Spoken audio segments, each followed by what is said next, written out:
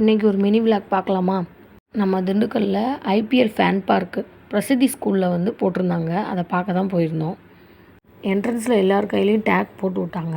போட்டுவிட்டு ஒரு lucky coupon கொடுத்தாங்க எல்லாருக்கும்.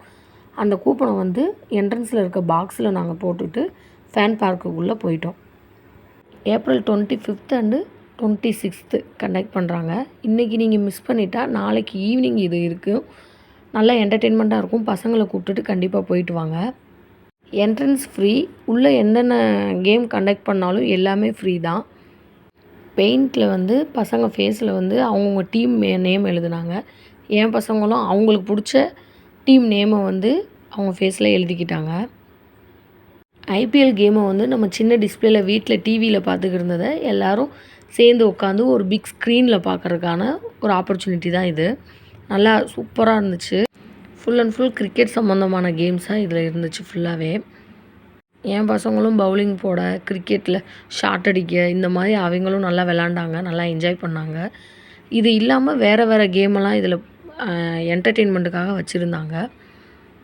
எல்லா பசங்களும் ரொம்ப இன்ட்ரெஸ்ட்டாக இதில் லைனில் நின்று ப்ராப்பராக ஒவ்வொரு கேமாக அழகாக விளாண்டுக்கிட்டு இருந்தாங்க. 2 to 3 hours எப்படி போச்சுன்னே தெரியல. நல்ல என்டர்டெயின்மெண்ட்டாக சூப்பராக போச்சு டைமும். எல்லா கேமுமே அடுத்தடுத்து நாங்களும் போய் ஒரு கேம் விடாமல் என் பசங்களும் சூப்பராக விளாண்டாங்க நல்லாவே. அதுக்கப்புறம் டயர்ட் ஆகிட்டாங்க.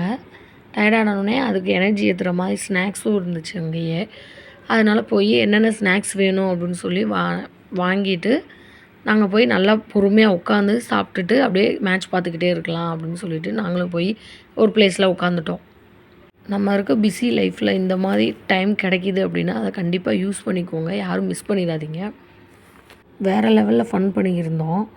அதுக்கப்புறம் தான் தெரிஞ்சிச்சு நம்ம வந்த வேலையவே மறந்துட்டோம் அப்படின்ட்டு. மேட்ச் அப்டேட் பார்க்கலாம் அப்படின்னு சொல்லிட்டு டிஸ்பிளேயில் பார்த்தா வைபவ் சூரியவம்சி செஞ்சுரி அடிச்சிட்டான் 15 வயசு பையன் அப்படின்றப்ப ரொம்ப ஆச்சரியமாக இருந்துச்சு. 15 வயசில் இவ்வளோ பெரிய விஷயங்கள்லாம் அசால்ட்டாக பண்ணுறாங்க. அடுத்து என் ஹஸ்பண்டு அவரோட ஃப்ரெண்ட்ஸ் டீமெல்லாம் செட் பண்ணி அவங்களோட மேட்ச்சு டிஸ்கஸ் பண்ண ஆரம்பிச்சிட்டாரு. மேட்ச் பயங்கர இன்ட்ரெஸ்ட்டாகவும் போச்சு. நல்லா என்டர்டெயின்மெண்ட்டாக அப்போக்கப்போ சாங்கும் போட்டு நல்லா ஃபன் பண்ணிக்கிருந்தாங்க எல்லாருமே. எனக்கு எப்படி இவ்வளோ விஷயம் இந்த கிரிக்கெட்டில் தெரியும், ஏன் கிரிக்கெட்டை பற்றி பேசுகிறேன் அப்படின்னு நீங்கள் யோசிப்பீங்க. இதுக்கு எல்லாத்துக்கும் ஒரே ரீசன் என் ஹஸ்பண்ட் மட்டும்தான். எனக்கு மேரேஜ் ஆகி 11 years ஆச்சு.